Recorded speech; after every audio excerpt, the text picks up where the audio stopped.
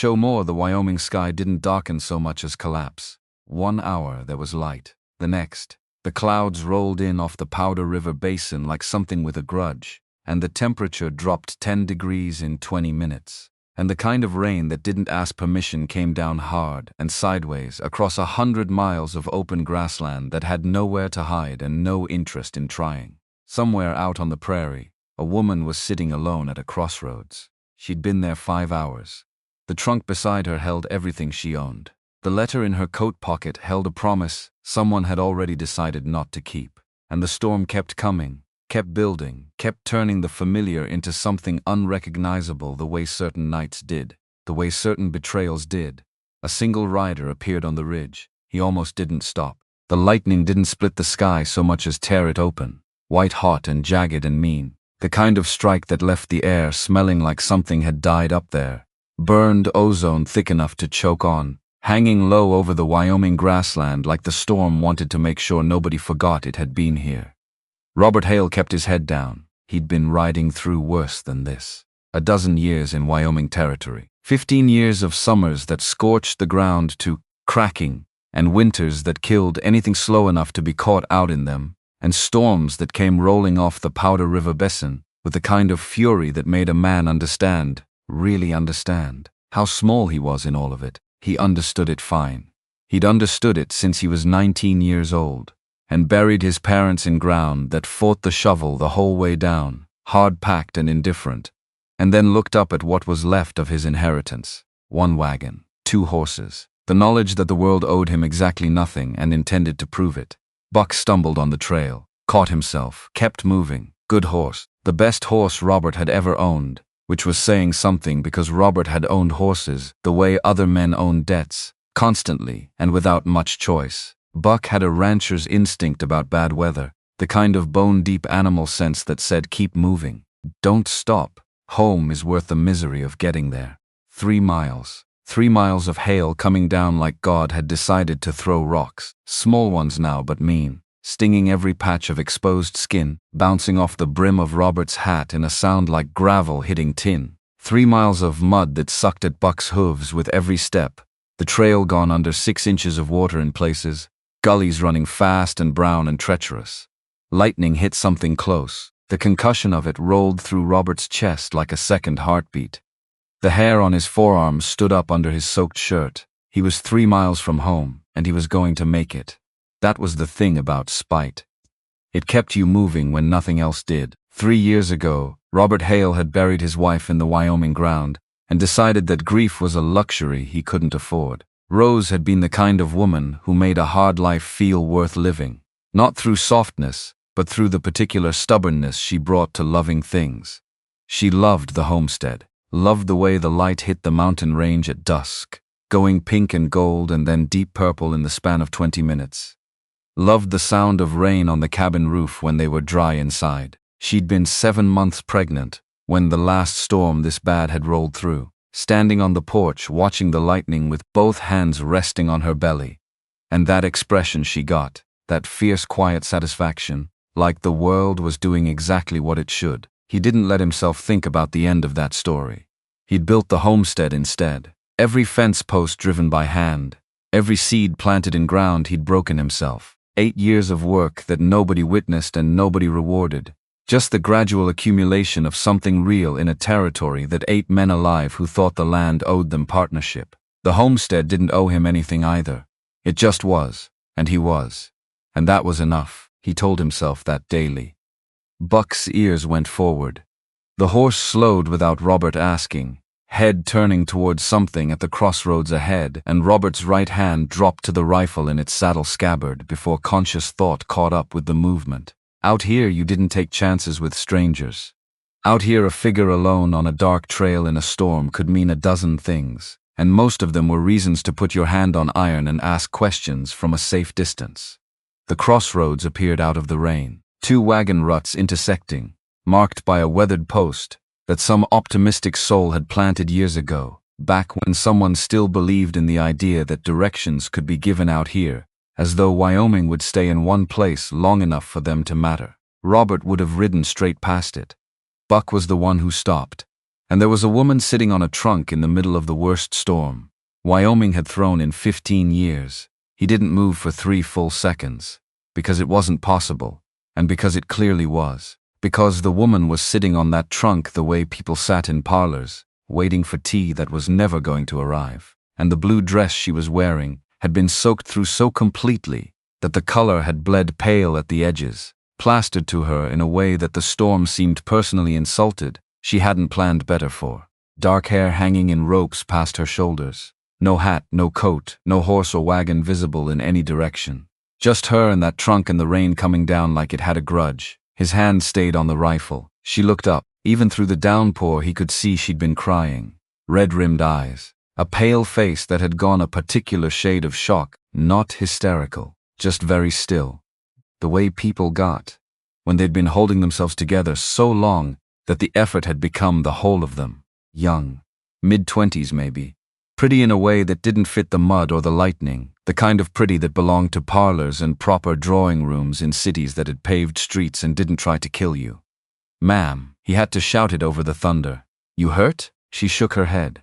Once, small, "What are you doing out here?" And then she said the words that hit him like a fist to the sternum, unexpected and hard. He didn't come. Her voice barely carried, lost in the wind.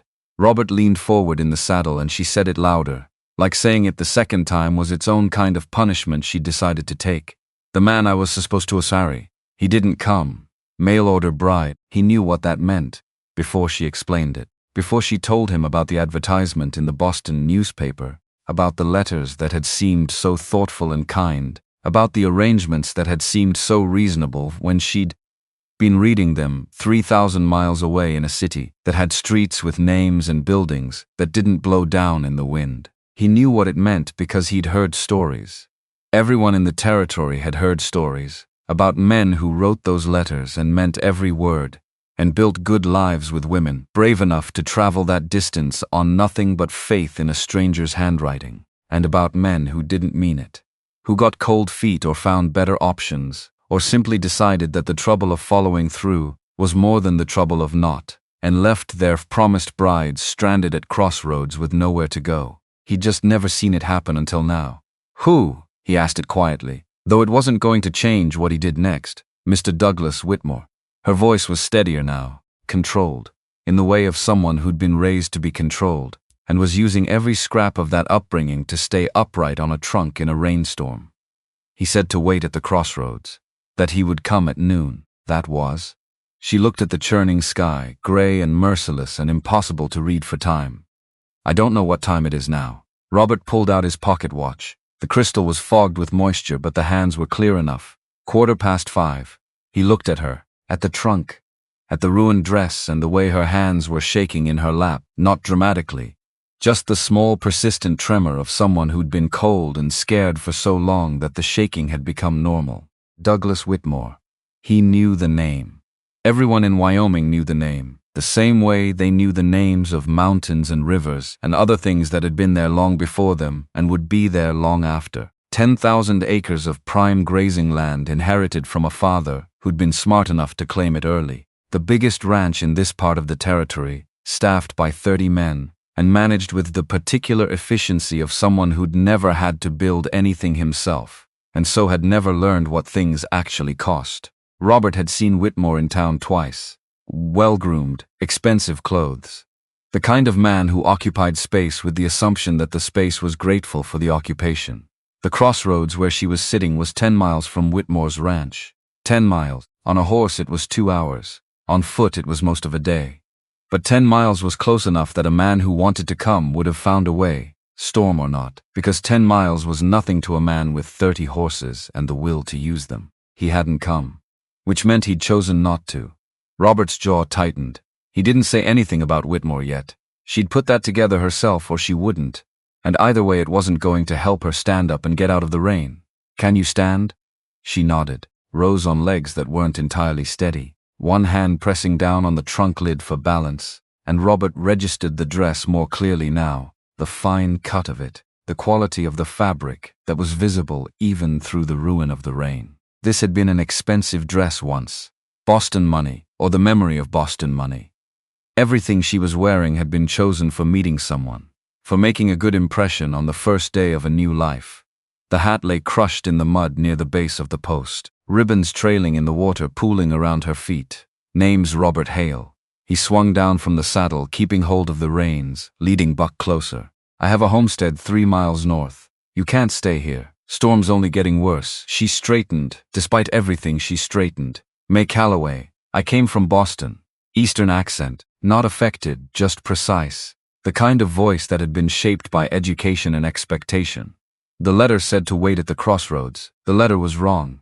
He said it plain, no embellishment, and watched the truth of it land in her expression. Something flickered across her face and then got tucked away, controlled, managed. She was holding herself together with both hands, and she was not going to let him see her stop. My trunk. She looked at it, then at him.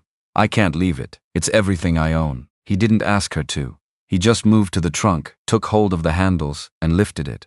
Lighter than he'd expected. Either she'd packed sparse, or she hadn't had much to begin with. He secured it behind the saddle, with the length of rope he always carried, working fast because the hail was picking up again. Smaller pellets now, but relentless, stinging the back of his neck, where his collar had ridden down. He remounted, looked down at her. You ever ridden a horse? In Boston, a pause with a proper saddle. This isn't Boston. He extended his hand down to her. Put your foot on mine, I'll pull you up. She hesitated, 1 heartbeat, 2, and he understood the hesitation, understood what it meant to put your hand in a stranger's hand in the dark when everything that was supposed to be safe had just collapsed into mud. But she took his hand. Her fingers were so cold it came through his leather glove, small and shaking and absolutely certain in the grip, despite all the uncertainty behind it. He pulled. She pushed. Somehow she ended up in front of him on the saddle, sideways and precarious and nothing like comfortable, and Robert wrapped his left arm around her waist, because the alternative was watching her slide off into the mud before they'd gone 20 feet. Hold on. He kicked Buck into motion and the horse went without complaint, because Buck understood the situation better than any of them. The ride back was something Robert would think about later, in the particular way that difficult things get remembered when they're over and you've survived them. The hail returned. Small but insistent, finding every exposed angle. Lightning hit close twice, close enough that he felt the charge in the air change, felt the particular tension of it, the way the world held its breath in the half-second between flash and thunder. Mae shook against him the whole way. And he couldn't tell anymore which tremors were cold, and which were shock, and which were the dawning comprehension of how close she'd come to something she wasn't going to think about directly yet. He didn't say anything. There wasn't anything useful to say. And Robert Hale had never been a man who filled silence with words that didn't earn their space. He just pulled her closer. When the horse took a bad step through a flooded gully, just held on. When the cabin appeared through the rain, it was in the way of things you've needed for a long time and suddenly have almost too much. Small. 1 room with a sleeping loft, stone fireplace. Windows he'd made himself from salvaged glass, because good glass was expensive and his wasn't that. But it kept the weather out and let the light in, and that was what windows were for. The porch roof was holding. The door was shut. Inside there were still warm coals from this morning and dry wood stacked by the hearth and a roof that didn't leak except in 3 places he'd already put buckets under. He pulled Buck up to the porch steps, got down, helped Mae down. She nearly went sideways when her feet hit the ground, legs forgetting how legs worked after 2 hours of cold and shock and tension. And he caught her elbow and held it until he felt her find her footing. He got her through the door. Inside was dark and dry and smelled of wood smoke and leather, and the particular quiet of a space that had been inhabited by one person for a long time. Robert moved without needing to see, lighting the lamp on the table first, then crouching at the hearth to build the fire back up from the coals. Kindling first, dry wood from the stack. Flames caught and grew, and the light changed, warm and gold, filling the small room and pushing the dark back to the corners. He crossed to the chest by the foot of the bed and pulled out a blanket, 2 nails driven into the support beam at head height, and another pair 6 feet away. He'd put them there for a reason. He couldn't quite remember anymore. Some winter project planned and never finished. But now they were exactly what he needed. He strung the blanket between them, corner to corner, creating a privacy screen across the far end of the room. Then he went back to his trunk for dry clothes, his own, work shirt, wool trousers, both too large and neither of them her idea of decent, but they were dry and warm. And that mattered more than anything else right now. He handed them across the blanket line without looking past it. Change behind the blanket. Get close to the fire after. I'll make coffee. She took them. Her hands were still shaking, but the grip was deliberate. Robert turned his back, stripped off his own soaked coat and shirt, changed into the dry clothes he had left, then went to the stove and filled the coffee pot from the water barrel and hung it on the iron hook above the fire. He stoked the flames higher, checked the buckets under the 3 leak spots in the roof, all 3 doing their work, found the tin cups on the shelf above the wash basin, 2 of them, and set them on the table. He didn't let himself think about the woman 6 feet away doing what she needed to do. He had practice at not thinking about things.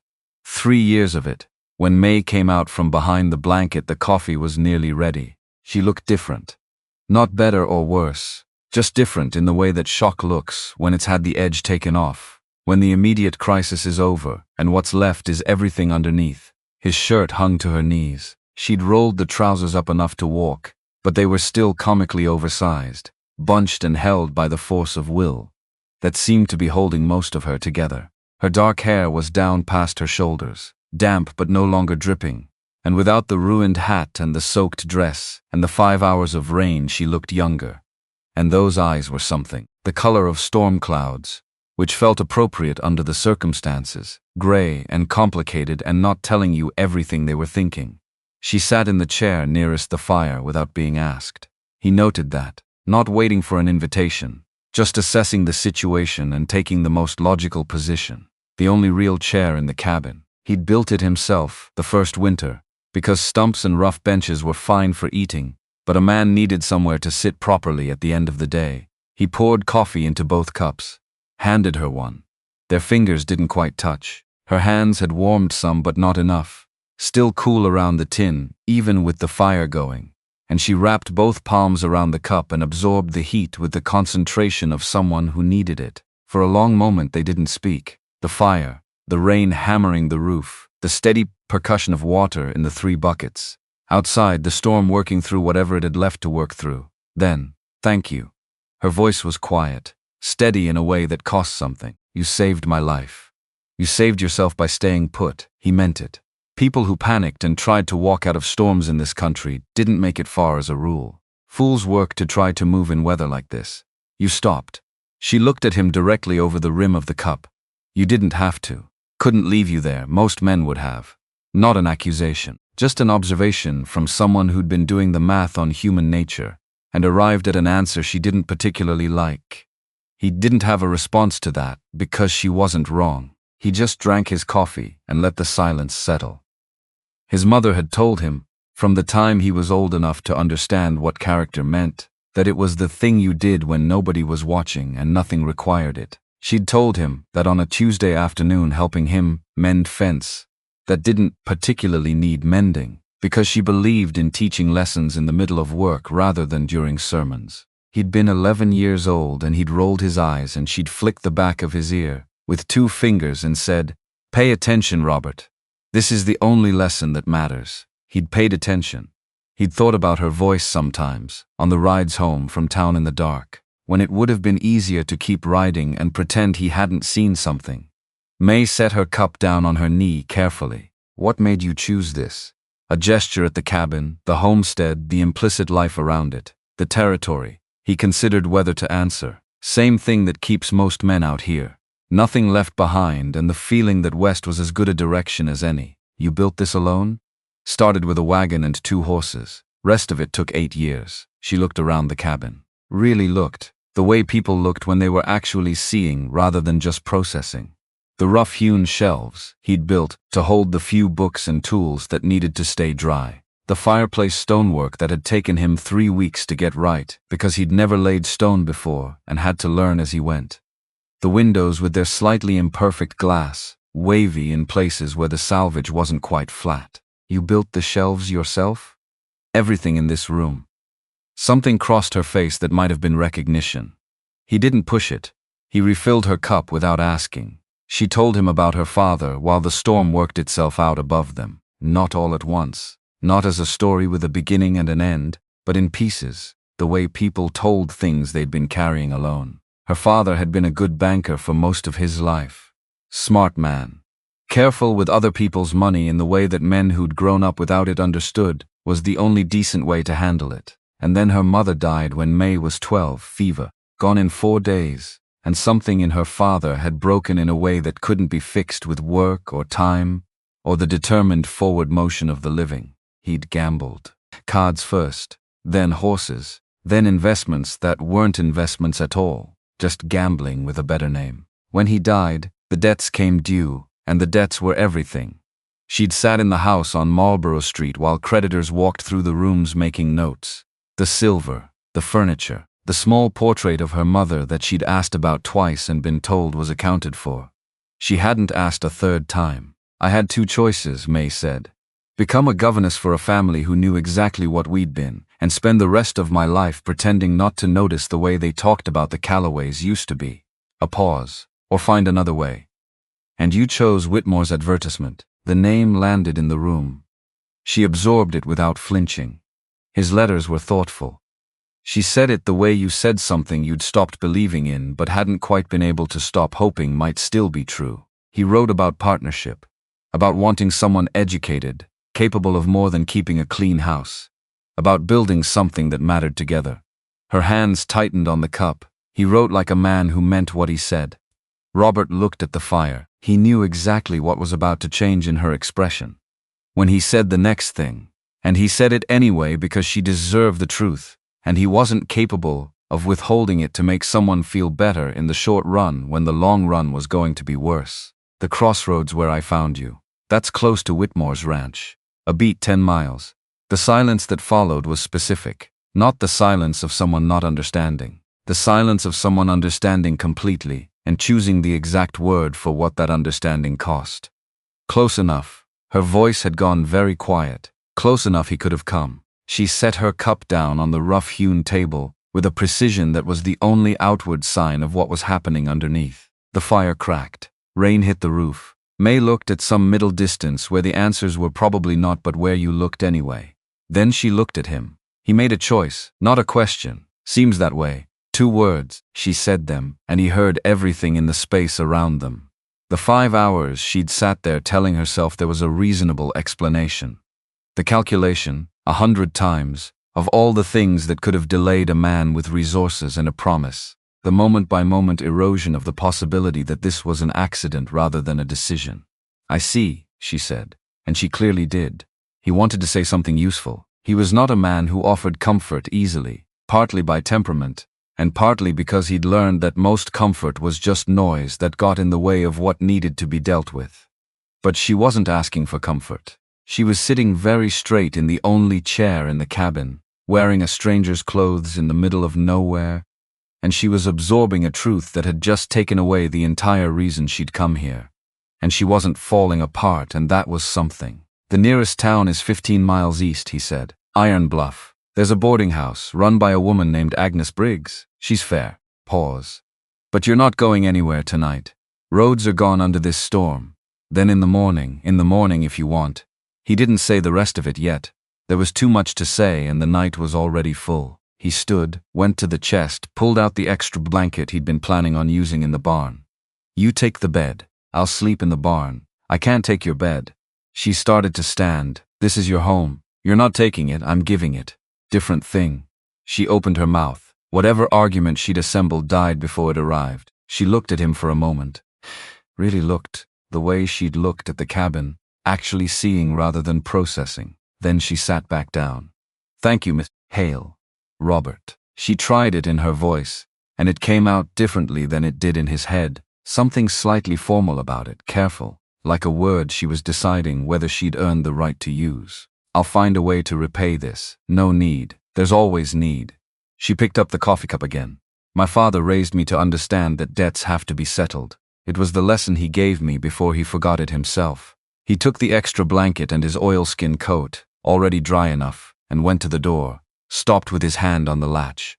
Try to sleep, Miss Calloway. Morning comes early out here. He went out into the rain before she could answer. Stood on the porch for a moment, with the water running off his hat brim in a steady stream. looking at the dark shape of the barn across the yard and not thinking about anything in particular, or telling himself that. Because there was something in the way she'd sat at that crossroads. Something in the way she'd looked at him when she took his hand. Not calculation, not desperation, or not only that. He'd seen desperation. He'd felt it. He'd lived it for 3 years after Rose, when the homestead had been the only thing between him and the particular emptiness that came with having built something for 2 people and being left to fill it alone. What he'd seen in her eyes was something else. The will to deal with what was real, not what she'd hoped for. He crossed the yard to the barn in the rain and tried very hard to stop thinking about that. The horses shifted when he came in, the way horses did, acknowledging without making a thing of it. He fed them their evening ration later than usual, checked their feet from habit, spread his blanket in the corner of the cleanest stall, in the hay that smelled of horse and leather and work and all the particular honest smells of a place where things were cared for and used. He lay down on it and looked up at the barn roof in the dark. The hail had stopped, rain still coming, but softer now, the violence working itself out the way violence eventually did. The worst of the storm had passed. By morning it would be gone, or mostly gone, and the roads would start to dry out and he'd be able to take Mae Calloway into Iron Bluff and help her talk to Agnes Briggs and figure out what came next for an educated Boston woman stranded in Wyoming with $3 and a trunk of clothes that had seen better days. He'd do that, and then he'd come back here. Alone, the way it was supposed to be. The way he'd decide it was going to be, because alone was what he knew how to do, and wanting more than that was how you got hurt. And he'd been hurt enough. He'd built the homestead alone, and he ran it alone, and he would continue to run it alone. And any thought to the contrary was just the particular weakness of a man who'd been by himself too long, starting to invent meaning in coincidence. He rolled over, pulled the blanket up, the rain on the roof, the horses breathing in their stalls, his own heartbeat in the dark. He was already dreading the moment he'd have to take her to town, which was ridiculous. He'd known her 3 hours. He didn't know her at all. She could be anything, could have any number of things in her history that a man with sense would want to know before extending further charity. She could be running from something, towards something, in the middle of something he wanted no part of.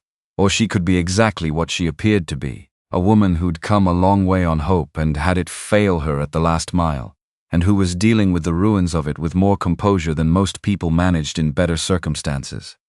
He stared at the dark, told himself to sleep, and could not stop thinking about the way she'd looked at the fire after he'd told her about Whitmore.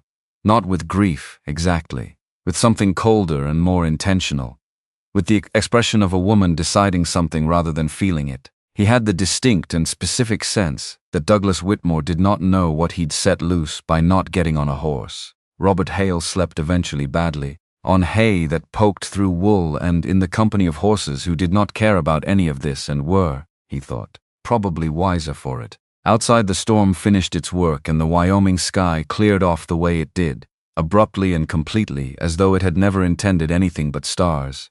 Word count, 3,248, that is only half of the required minimum. Continuing now, the morning came in without asking. Gray first. The particular gray of a sky that had spent the night doing violence, and was now trying to act as though nothing had happened, and then thin gold light through the gaps in the barn walls, and then the rooster from the neighbor 3 miles east who Robert had never met, but had learned to use as an alarm clock by sheer proximity and habit. He sat up. His neck had a thought about that. He worked the kink out of his shoulder, stood, went through the morning in the order it always went.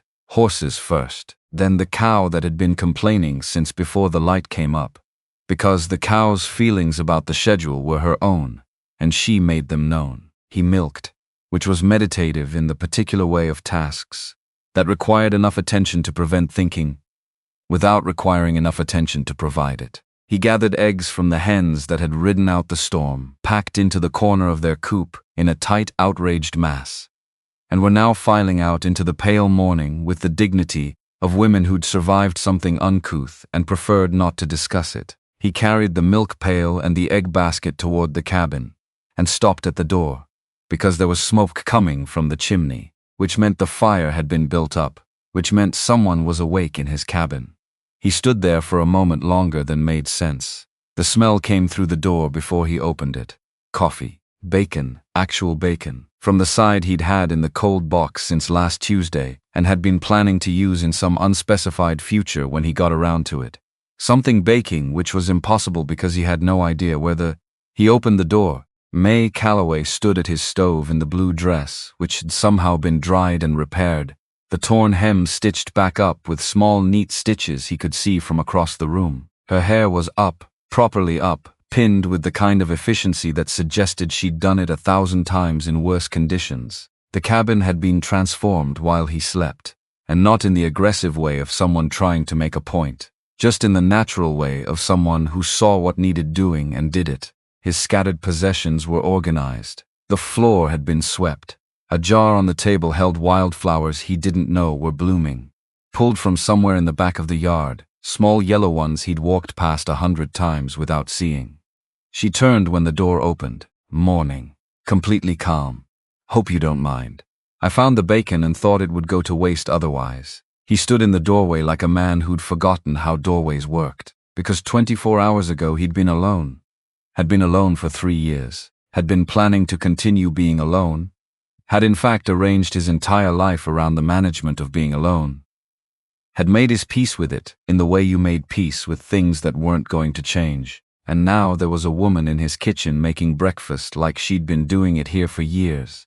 And the cabin smelled like food and warmth, and the small particular aliveness of a space that contained more than one person. He set down the milk and eggs, sat at the table. She served him bacon cooked exactly right, which was a thing he'd never quite managed himself. Eggs that had a lightness to them suggesting she'd done something particular, with the heat, bread toasted from the last of the loaf, with apple jam spread thin so the sweetness didn't overwhelm the bread. She sat across from him with her own plate, poured coffee for them both.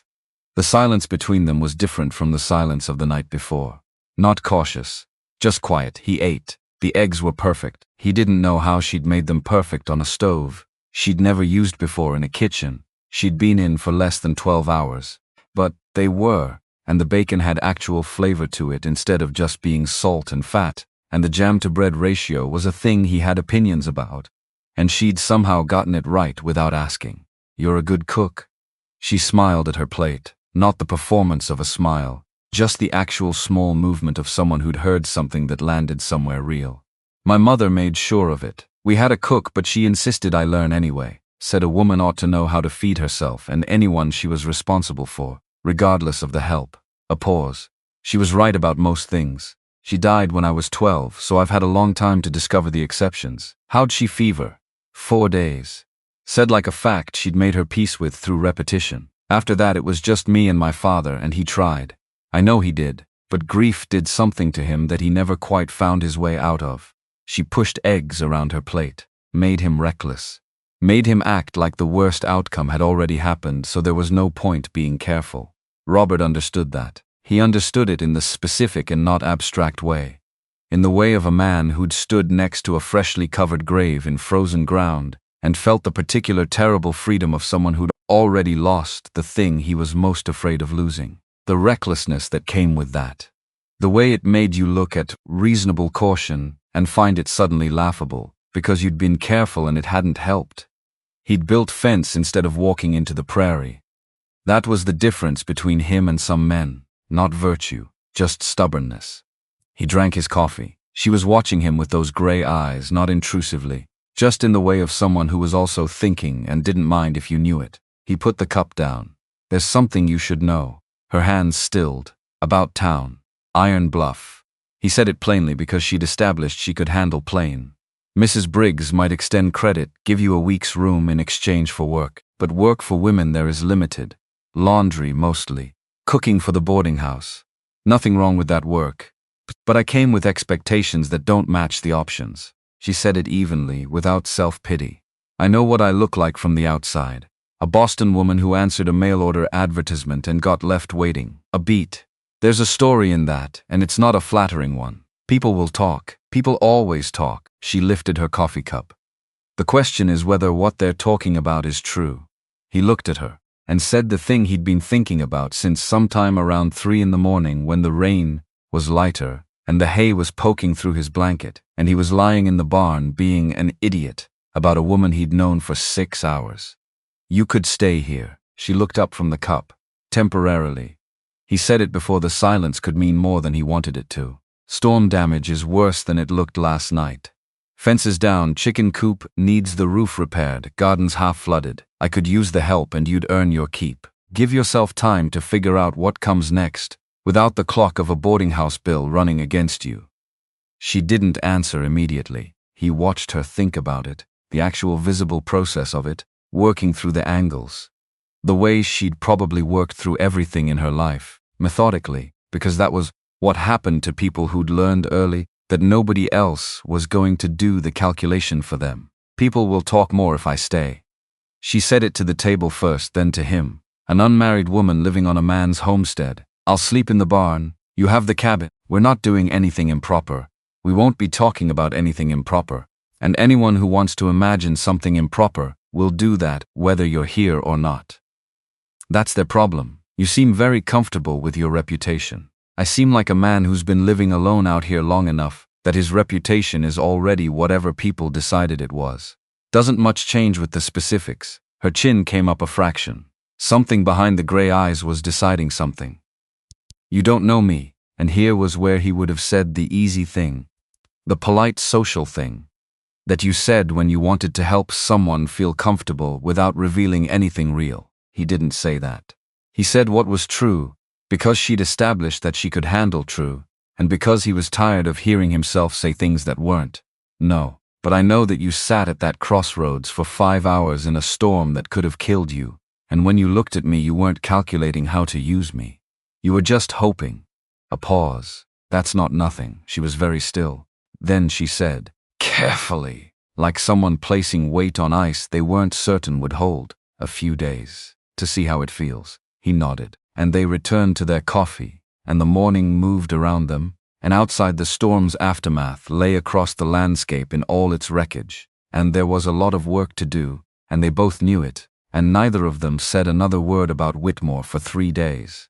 On the 4th morning, Mae walked into the barn while he was checking Buck's left front shoe. Not aggressively.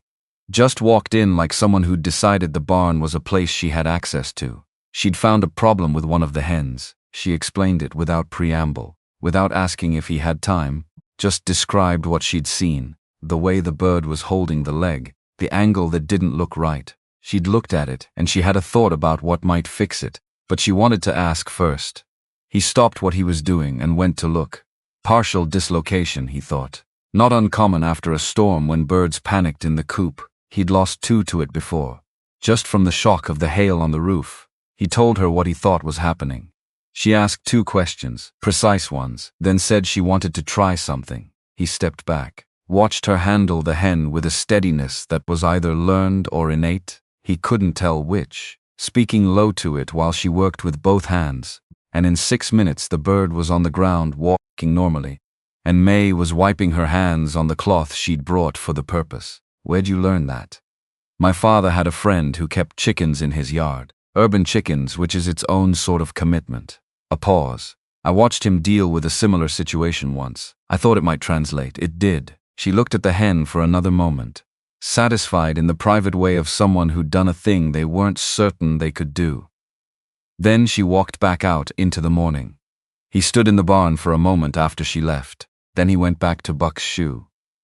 The 4th day they repaired the south fence together. Posts the storm had shaken loose from the ground, and he learned that she asked better questions than most people he'd worked alongside. Not showing off, just actually wanting to understand the reason behind the work rather than just the method of it. Why these posts here and not there? Why this gauge of wire for this fence and not the heavier gauge? He answered each one, and by the end of the afternoon she was predicting the answers before he gave them. On the 5th evening, she found his ledger. He'd left it on the table, which was unusual. He normally kept it in the chest. But he'd been going over the summer accounts and gotten interrupted by a water trough issue that needed immediate attention, and come back in to find her sitting at the table with the ledger open, not reading it sneakily, just reading it because it was there, and she had the kind of mind that didn't leave things unread. He almost said something about it. She spoke first. Not defensively, just, You're tallying your chicken operation with your general livestock costs. If you separate them, you'll be able to see what's actually making money.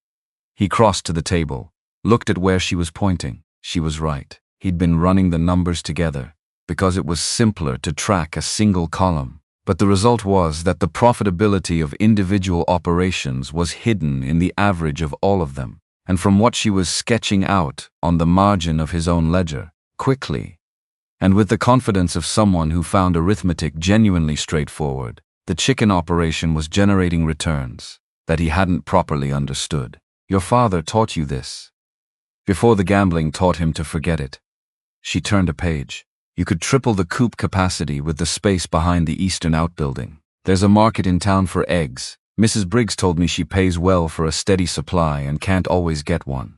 He sat down across from her, looked at the numbers, at the margin notes in her hand, small and precise and organized, at the woman who had arrived in a storm 5 days ago and was now, without being asked, without requesting permission, without performing competence for the purpose of being kept, just doing what she saw needed doing. He said the thing that was true. This is your homestead too now. He watched her look up. You should have a say in how it runs. Something moved through her expression that he couldn't name. Not gratitude, or not only gratitude.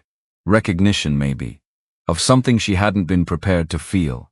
She looked back down at the ledger and started showing him what she'd found. On the 15th morning, she put down her coffee cup in the middle of breakfast and said, I want to go to Whitmore's ranch. The words dropped into the room like stones into still water. He'd been waiting for this. Had known it was coming from the moment she'd said I see 2 weeks ago in the light of the fire and not cried and not fallen apart. Had known it the way you knew a storm was building. Not from seeing it but from the feel of the air changing. Why? Not a challenge, just needing to hear what she'd say. Because I deserve an explanation.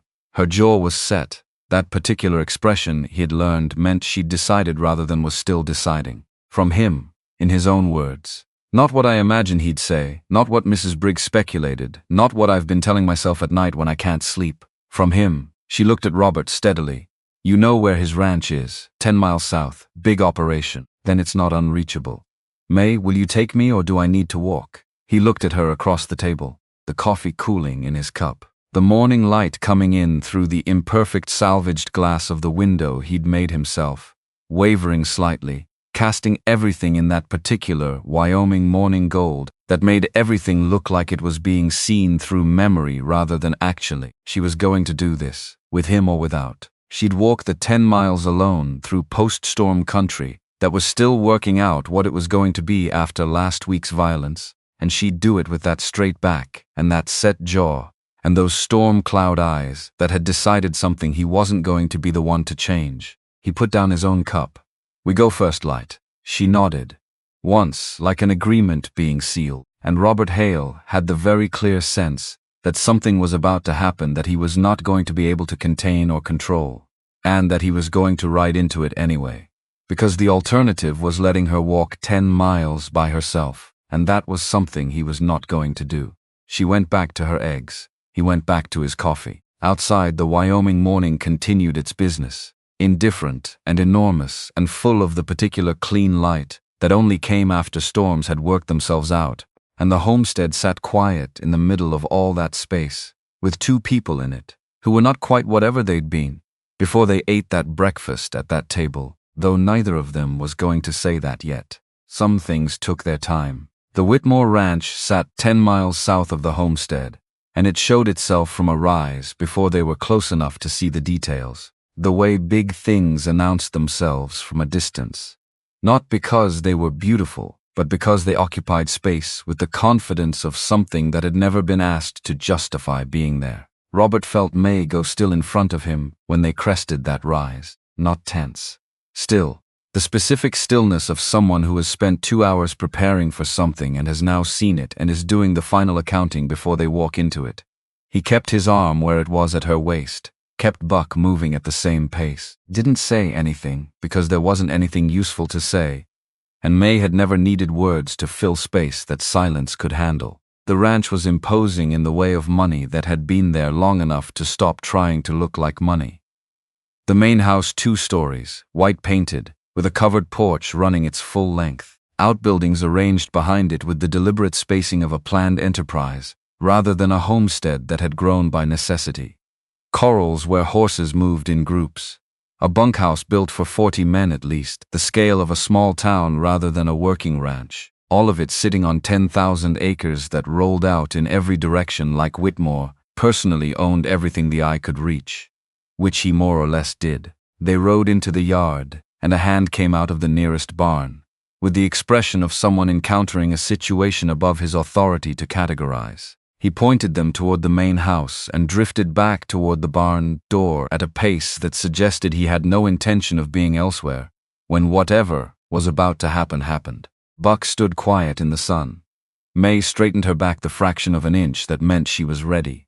The front door opened. Douglas Whitmore came onto the porch with the ease of a man walking through his own front door, which was what he was doing, and the particular ease of a man who had never in his adult life been uncertain about his welcome anywhere he chose to go. He was forming the expression of a rancher receiving unexpected callers, polite and slightly guarded, and then he registered who the callers were, and the expression stopped being connected to anything underneath it. He stood there. Robert swung down and helped Mae dismount. She didn't need the help. She took his hand anyway, and they walked to the foot of the porch steps and stopped, and Whitmore hadn't found words yet. Mae looked up at him. Unhurried, Mr. Whitmore. His voice arrived about a half-second behind where a confident man's would have. Mrs. Hale. The correction cost him something. I wasn't expecting, no. She agreed with that easily, the way you agreed with a fact rather than a concession. I imagine you weren't. She didn't move toward the house, didn't give him the option of relocating this conversation somewhere he could control the terms of it. 3 ranch hands had materialized near the far corral with the studied casualness of men doing nothing in particular with great attention to what was happening 20 feet away. Whitmore glanced at Robert. Robert looked back. Still, present. Not hostile in any active way. Just there, the way a wall was there, something you were not going to move through. Whitmore looked back at Mae. Perhaps inside would be, "This is fine." 2 words, entirely pleasant, absolutely immovable. I came for an explanation, Mr. Whitmore. You made a promise. You didn't keep it. I'd like to understand why. He came down 1 step from the porch, not the full way down. 1 step which preserved a slight elevation, which Robert noted and filed without comment. There was a misunderstanding. I sent a telegram to Boston, to your address, 3 weeks before your scheduled departure. I told you not to come. I didn't receive it. You should have. The telegraph office confirmed transmission. I didn't receive it. Same words, same tone. The second nail going into the same board. And even granting that you sent it, as you say, you knew my departure date. You knew I would be in transit for 2 weeks. You knew exactly where I was supposed to wait and at what time. A pause that lasted precisely long enough. You could have sent a second wire to the stage office in Cheyenne. You could have sent a man to the crossroads that morning just to be certain. You had 30 horses in those corrals and a full crew. She looked at the corrals when she said it, then back at him. You chose to assume.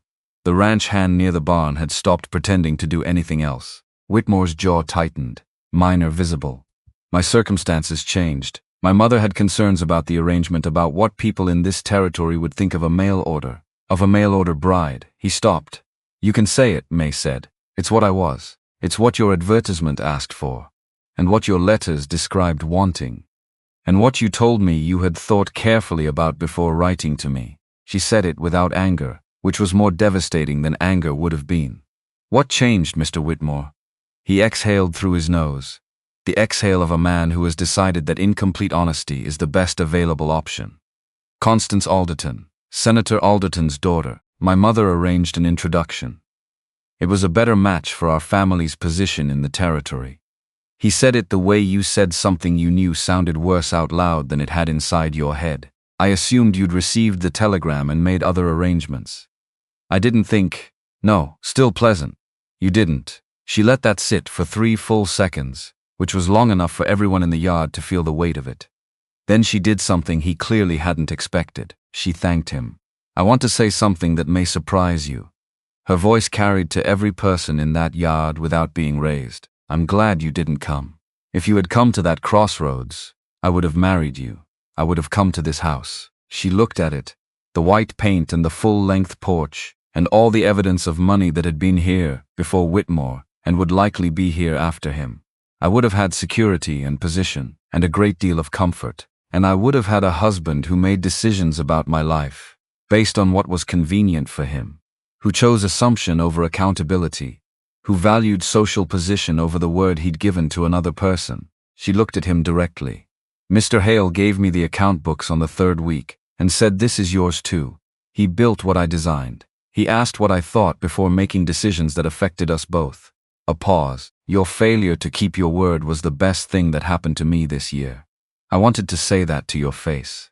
Complete silence in the yard, the kind of silence that had weight and direction. Whitmore stood on his porch step and had nothing. His mouth opened and the words that might have been there had evacuated entirely. Because there was no social script for this, no polished response to a woman thanking you for abandoning her, in a way that made the abandonment sound like a gift she'd given herself. Behind Mae, one of the ranch hands made a sound that was not quite a cough. Whitmore looked at his crew, looked back at Mae. The red working up from his collar was not anger exactly. It was the particular color of a man who has just understood in front of witnesses that he has lost something he didn't know he was competing for. Mae smiled at him, genuine. "Finished. Good day, Mr. Whitmore." She turned, took Robert's arm, and walked back to Buck with the posture of a woman who had completed a task and was ready for what came next. Robert helped her up, took his time doing it, the deliberate, unhurried time of a man who was not leaving because he'd been dismissed, but because he and his wife were done here. Then he swung up himself and turned Buck toward the trail. He didn't look back at Whitmore.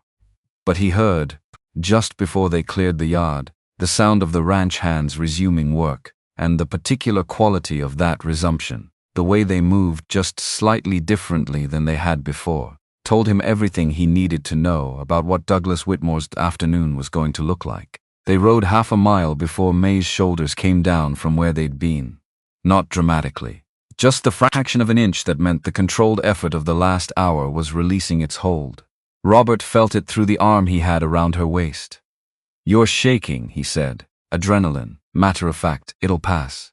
He pulled Buck to a stop on the flat ground where the trail widened, turned her to face him as well as the saddle allowed. Her face was flushed, not from cold, from the sustained effort of what she'd done, of being exactly as composed as she'd needed to be for as long as she'd needed to be it. "You were foolish to trust him." She said it before he could say anything, first taking it on herself. "You were hopeful." Not the same thing. Hope nearly killed me. Hope sat you upright at that crossroads for 5 hours instead of lying down in the mud and giving up. He let her hold his gaze. Hope walked you into that yard today and said what needed saying. Don't let a man like Whitmore renegotiate what hope means. It's the one thing he has no claim on. She looked at him, and something in her expression did what it sometimes did. That particular shift that wasn't softening exactly, but was the look of someone filing something away in a permanent place. Then she turned back to face the trail, and he felt her settle against him, not leaning, just present, the way she was present in everything she did, fully and without reservation. They rode north through the October afternoon, and the sky was the deep, clean blue that came after storms had finished their business, and the Wyoming grassland stretched out in all directions around them. Would you treat them with kindness? And neither of them needed to say anything else about Douglas Whitmore, because everything that needed saying had been said in his yard in front of his crew, and the accounting was finished. The weeks that followed had a texture Robert hadn't known he was missing. Not the texture of company. He'd had company before in his life, and it had always felt like a management problem. Someone else's schedule and preferences creating friction against his own. This was different. This was the texture of a homestead that had more than one person thinking about it. More than one set of eyes on the problems, more than one mind working the angles of what needed doing, and in what order. Mae attacked the storm damage with the focus of someone who needed forward motion the way some people needed sleep.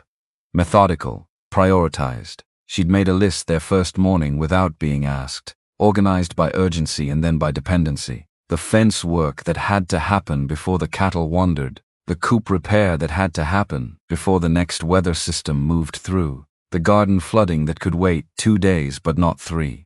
He'd looked at the list and recognized the thinking in it. "You've done this before," he said. "I've managed a household under declining conditions for 4 years. She took the list back. The principles are similar. You figure out what dies if you wait and you don't wait. They worked. That was the simple fact of it. They worked from early light until the light was gone, and they ate supper, and they sat on the porch for an hour while the evening cooled, and they went to their separate rooms, and they got up and did it again. And somewhere in the repetition of it, in the daily negotiation of shared space and shared labor, something was building that neither of them was naming yet, but both of them could feel the weight of. On the fourth day, Mae found the hen with the bad leg. Robert was at the south fence when it happened, a quarter-mile out, setting a post the storm had worked loose. He came back to find the hen separated from the flock in a small pen Mae had constructed from spare boards leaning against the coop wall, the leg bound with a clean strip of fabric and a thin piece of wood from the scrap pile. He crouched down and looked at the leg. Then he looked at Mae. "Where did you learn that?" "A man in our neighborhood in Boston kept chickens." She handed him the water pail she'd been carrying. "He dealt with something similar once and I watched. I wasn't certain it would translate, but it seemed worth attempting." She looked at the hen, which was eating with the unconcerned appetite of an animal that had already moved on from its ordeal. "She'll need watching for a few days. She'll be fine." Mae nodded, satisfied in the private way of someone who'd acted on incomplete information and gotten it right. Then she picked up her original task, which had been gathering the afternoon eggs, and continued doing it. And that was the whole of the discussion. He stood there for a moment after she moved away, thinking about the fact that she'd seen the problem, assessed it, made a decision, executed it, and reported the result without inflating any part of the process, without asking for credit or waiting for acknowledgement or making it mean more than it was. It meant quite a lot, actually. He went back to the fence post. On the 12th day, she found the ledger on the table where he'd left it when the water trough situation had required immediate attention. And she read it. And when he came back in, for supper, it was open in front of her with notations in the margins he hadn't put there. She didn't apologize for reading it. "You're running the chicken revenue against the general livestock line." She turned the ledger so he could see where she was pointing. "If you separate them into their own column, you'll see the actual return on each operation. Right now, the cattle cost is masking how well the coop is performing." He sat down across from her, looked at the margin notations, small and precise, organized in the way of someone who had been thinking in numbers long enough that they came naturally. She'd worked out the rough separation from the existing entries, estimated what the actual per-operation figures would show. "The coop is outperforming the cattle by what margin?" he asked. "On a per-square-foot basis, roughly 30% better return. Possibly more if you expand." She turned another page. "There's space behind the eastern outbuilding that isn't doing anything productive. If you added a second coop structure there and increased the flock by 40 birds, you could supply Mrs. Briggs at the boarding house and have enough left over for the general store in town." He looked at the numbers. They were right. "This is your operation," he said. "The coop. If you want to expand it, you run the expansion." She looked up from the ledger. "I mean it," he said. "This is your homestead, too. You should have a part of it that's yours to build." Something moved through her expression that he was learning to recognize, the particular look of someone encountering something they'd wanted for long enough that they'd stopped expecting to find it. Not gratitude exactly. Recognition of something real being offered rather than performed. "All right," she said, and then she went back to the ledger and started actually planning the expansion, right then, at the supper table, while the food was still on the plates, and he watched her do it, and thought that this was what it looked like when a person was finally in a context that fit them. She drew a diagram on the back of a supply list 3 days later. Actual diagram. 2 options with notations explaining the trade-offs. Option 1 cost more up front but gave better summer ventilation. Option 2 was cheaper but would reduce production 30% in the August heat. "We do the first one," Robert said. She'd expected more discussion. He could tell by the way she'd positioned herself to make the case. "Just like that? You did the math." She put down the pencil she'd been holding like a weapon she no longer needed, then looked at the diagram with the satisfaction of someone who had argued for something excellent and been understood without having to repeat herself. He built what she'd designed. She handled the acquisition, negotiating with the feed supplier in Iron Bluff, on their next weekly run with the directness of someone who'd been managing household accounts under hostile conditions and had no patience for being managed in return. The supplier, a man named Garvey who had been quoting the same prices to Robert for 4 years, found himself looking at the difference in margin between two feed types that Mae had calculated on the back of an envelope during the ride into town, and agreed to a better rate on the higher volume option before he'd entirely understood how the conversation had arrived there. Robert watched this from 3 feet away and said nothing. On the ride home, Mae was quiet for a mile, and then, he was going to say no, he was. What changed his mind? You showed him the math and didn't apologize for knowing it. A pause. Men like Garvey are used to people who want things. They're not used to people who've already done the accounting and are just informing them of the conclusion. She considered this. Is that a compliment?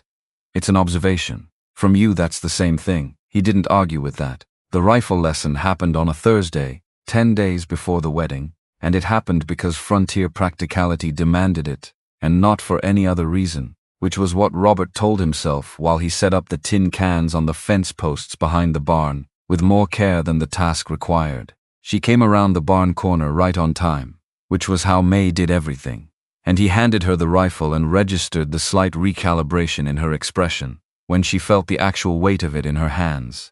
Not fear, assessment. Stock against your shoulder. He moved behind her to correct the position, both hands on her arms, adjusting the angle. Here, like this. His voice came out normal.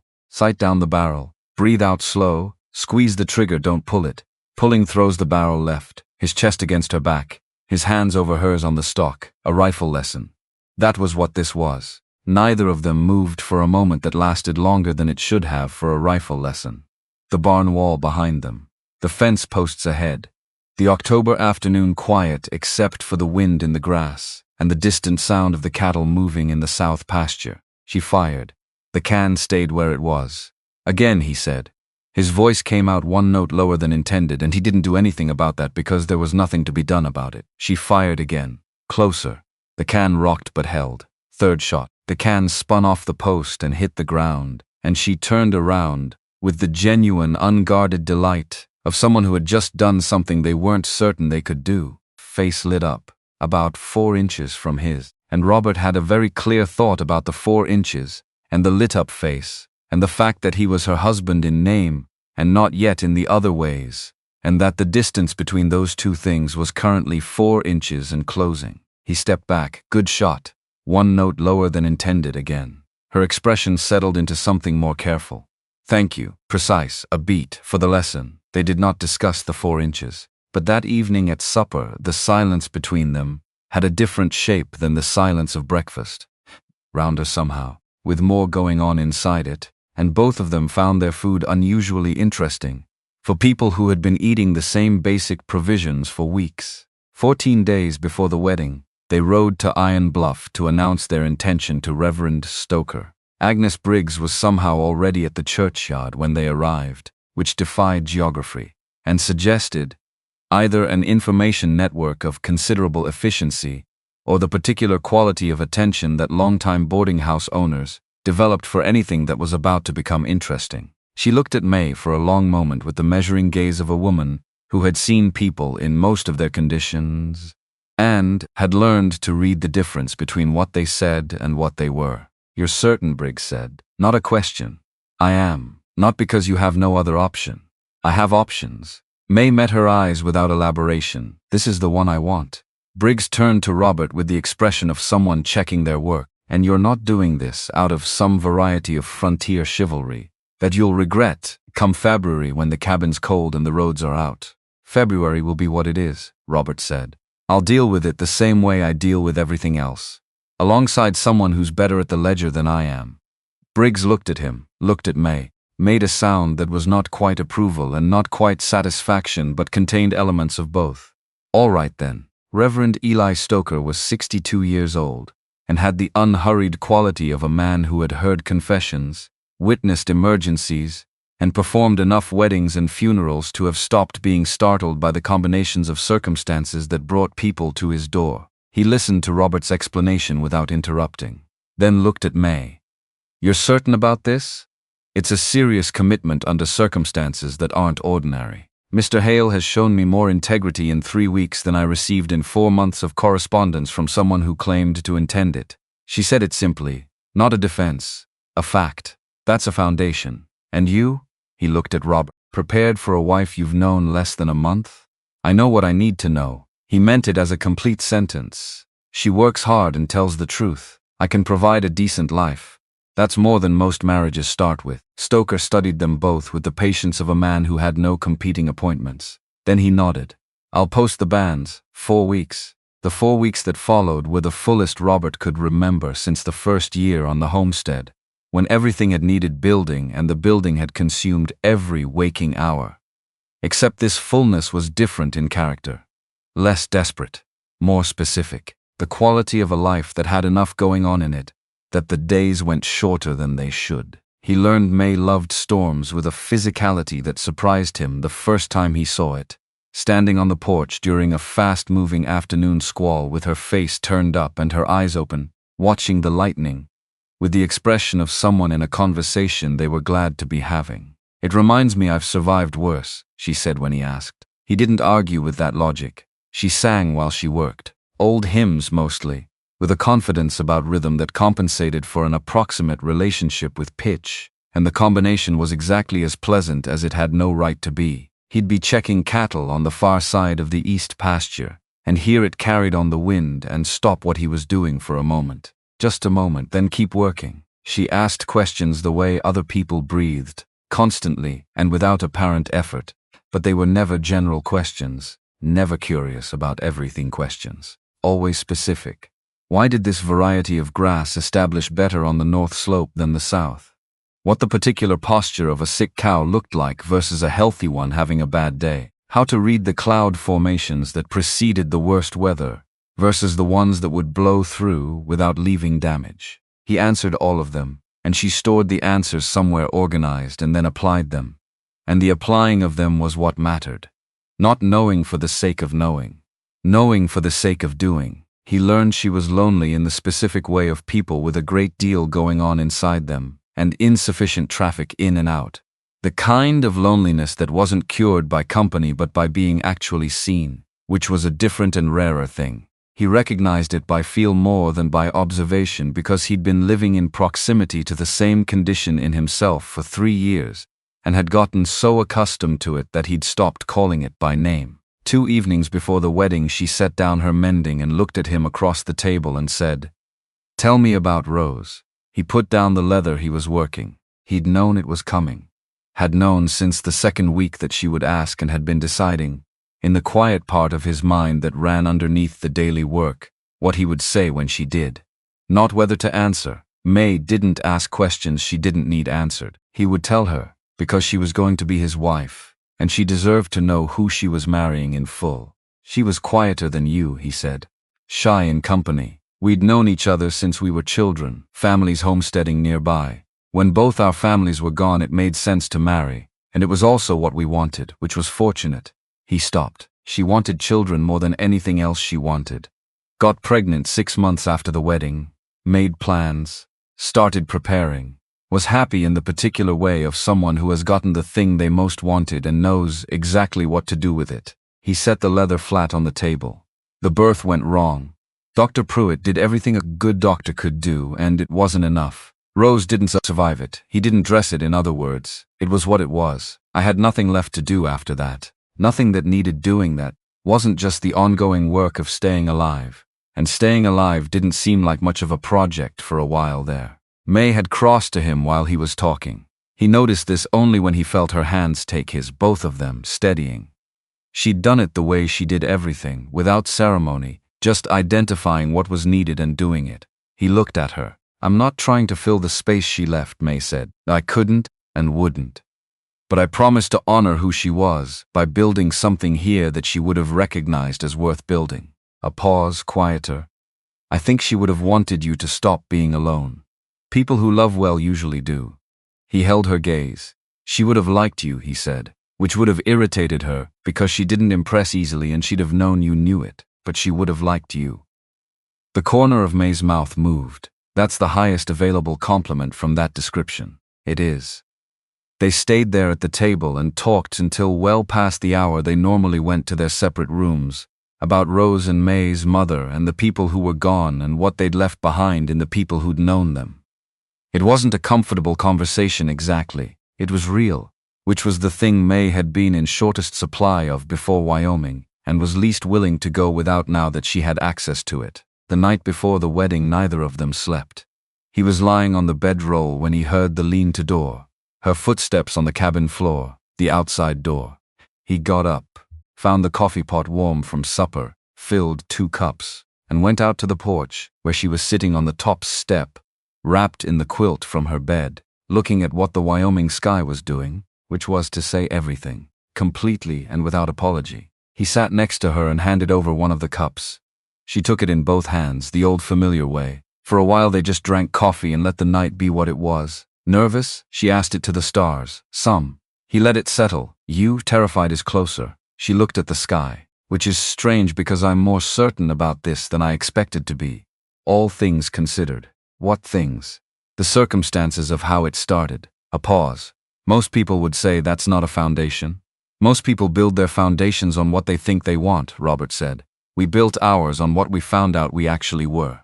That's sturdier. She turned to look at him, and reached over and took his hand, the first time she'd initiated it, her fingers wrapping around his with the same directness she applied to everything. No hesitation, no trial run, just the full decision. I want to tell you something. Her voice was different, quieter in a way that wasn't uncertainty. I received a letter from my cousin in New York yesterday. A family there, the Hawthorns, looking for a governess. Good wage, room and board on the Upper East Side. She looked at their joined hands. I wrote an acceptance. Sat with it for an hour. He was very still. And then I didn't send it. She looked up at him. I don't want a safe life that belongs to someone else. I want the difficult one I'm building. I want the homestead and the ledger and the coop expansion and the October mornings when the frost is on the fence posts. A pause. And I want you specifically, which I should have said more directly before tonight. He turned to face her properly. I love you, he said. Simple, no preamble. The thing that was true said plainly, the only way he knew to say things. Have for a while if I'm being accurate about it. Should have said so sooner. Why didn't you? Didn't want to pressure you into a feeling you hadn't arrived at yet. He looked at her steadily. You needed to get there yourself. She exhaled, half exasperated, half something that wasn't exasperation at all. Stubborn man. You've mentioned that. I'll keep mentioning it. She tightened her hand in his. I love you too. Have since the rifle lesson if I'm being equally accurate. You stepped back when you didn't have to, and I knew exactly what that cost you, and exactly what it meant. They sat there until the cold made staying outside unreasonable. Hands still connected, the Wyoming stars doing their enormous indifferent work overhead, and 2 people on a porch who had told each other the truth and were now waiting for tomorrow with the particular steadiness of people who had decided what they were doing and meant it. The wedding was what it was, and it was enough. Iron Bluff Church, clear October morning, Reverend Stoker in his good suit, Agnes Briggs and Dr. Samuel Pruitt as witnesses, which was appropriate, since Pruitt had known Robert through the worst, and Briggs had known enough of this territory to understand what it meant that Robert Hale was choosing something again. Mae had made the dress herself, cream calico, simple and well cut, with wildflowers from the east fence line in her pinned hair. The same small yellow flowers she'd put in the jar on the table that first morning, which he hadn't mentioned noticing but had noticed. Robert wore the borrowed suit. It fit. He looked like a man doing something that mattered to him, rather than a man doing something he was supposed to do, which was the relevant distinction. Reverend Stoker opened his Bible. The familiar words. Robert had heard them at other people's weddings and once at his own, and understood them differently now than either of those previous encounters. Not with the urgency of starting something unknown. With the steadiness of a man who had already been doing the thing the words described, and was now agreeing formally to continue. When Stoker asked if he took this woman, Robert looked directly at Mae when he answered. When Mae said I do, it came out clear and complete and entirely without the sound of compromise, which was the sound he'd been listening for, without letting himself know he was listening for it, and its absence was its own kind of answer. Stoker said what needed saying. The kiss Robert gave his wife was brief and honest, and meant everything it was capable of meaning in a church with witnesses present and the rest of the meaning saved for later. And when he pulled back far enough to see her face, what was in it was the expression of someone who had just bound themselves to something they intended to build rather than someone who had found a place to rest. Agnes Briggs was on her feet before the scattered applause had time to get organized. And she had her arms around Mae, with the efficiency of a woman who decided to do things and then did them. "Welcome to Iron Bluff, Mrs. Hale. You're going to be exactly fine here." The reception at the general store ran longer than planned because someone arrived with a fiddle and someone else produced a harmonica in October in Wyoming, provided sufficient cold outside to make staying inside and dancing the obvious choice. Robert was not a dancing man, had been clear about this as a personal position for most of his adult life, but he was a husband now, and husbands apparently danced, and Mae fit against him the way she fit into everything they did together, without effort and without the small adjustments of people who don't know each other's rhythms yet. He bent toward her ear while the fiddle worked through something slow. "The letter from your cousin? You're sure?" She leaned back just enough to look at him. Those gray eyes, no uncertainty in them. "I don't want someone else's comfortable life, Robert. I want the hard one we're building. Then smaller, with something in it that was just for him. And I want you in it. Specifically and on purpose." He kissed her in front of everyone, properly, not the church version. Agnes Briggs made a sound of deep satisfaction. Someone in the back whistled. Mae's face went warm, and she pressed one hand flat against his chest and looked at him with the expression of someone who was going to say something about public decorum and had decided against it. The fiddle kept playing. They stayed until the evening was late enough that leaving was reasonable, and rode home through the cold dark with the stars overhead, and Mae settled against him on the saddle, her hands resting over his arm, and neither of them needing the silence to be anything other than what it was. He carried her over the threshold. She laughed. Told him she could walk perfectly well. He did it anyway, and set her down inside the door, and they stood in the cabin that smelled of the candle she'd lit before they left, and the wood smoke from the banked fire, and the question that had been waiting in the room for weeks was finally present. He pointed at the lean-to door. "Your room, like I said. I'm on the bedroll by the fire until we're ready." She looked at him. "Until," she said, testing the word, noting what it wasn't until he said. She rose on her toes and kissed his cheek, deliberate and warm, and went into the lean-to and closed the door. He stood by the fire and listened to the sounds of her settling in, and understood that the cabin was different now, even with the door between them. That different was true and accurate, and also nowhere near large enough for what was actually the case. He set up his bedroll, banked the fire, and went to sleep faster than he had in 3 years, with the particular ease of a man who has stopped fighting something he'd been fighting for a long time, and found that putting it down was lighter than carrying it had been. The invitation arrived on a Tuesday. Fancy paper, embossed lettering that had cost someone money to produce, the kind of paper that announced itself before you read it, that said whoever sent this believed the sending was an event. Robert turned it over in his hands at the kitchen table, while Mae watched him from across it with her coffee cup and an expression he couldn't quite read. "Mr. and Mrs. Douglas Whitmore request the honor of your presence at their annual harvest dance. Saturday the 15th, 6 o'clock. He put it down, looked at Mae. She was already looking at him. "No," he said. "Why not?" "Because Whitmore's doing things to put, showing off the new wife, the new life, inviting the people he thinks have a reason to feel small so he can watch them, not come." He pushed the invitation across the table like it was something he didn't want to keep touching, or worse, so he can watch them come and pretend nothing happened. Mae picked it up, read it, set it back down with the deliberation of someone thinking rather than reacting. "Or," she said, "he thinks we'll hide." Robert waited. "He thinks we'll stay home because we're embarrassed. Because I'm the abandoned mail-order bride who had to marry the reclusive rancher down the road to avoid destitution? And you're the man who took her in out of charity, and neither of us can walk into a room without that story preceding us." She looked at him. "He's counting on that. Maybe he's right to. He's not. No heat. Just certainty.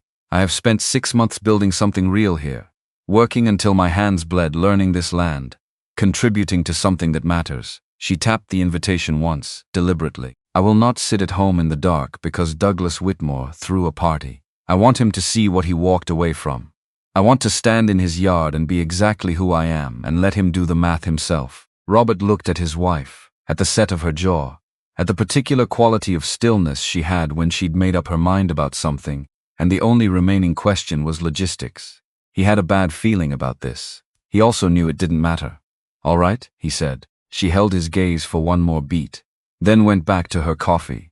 Mae spent the better part of a week making the dress in the evenings after supper. Dark green wool, not fine by Boston standards but well cut, with a neatness of line that spoke of skill applied to modest materials. She worked on it after he'd gone to sleep, or tried to go to sleep, lying on the bedroll by the fire listening to the small sounds of the needle pulling through fabric from the lean-to. He didn't mention that he could hear it. She didn't mention that she knew he could. The lean-to door had been staying open more often lately.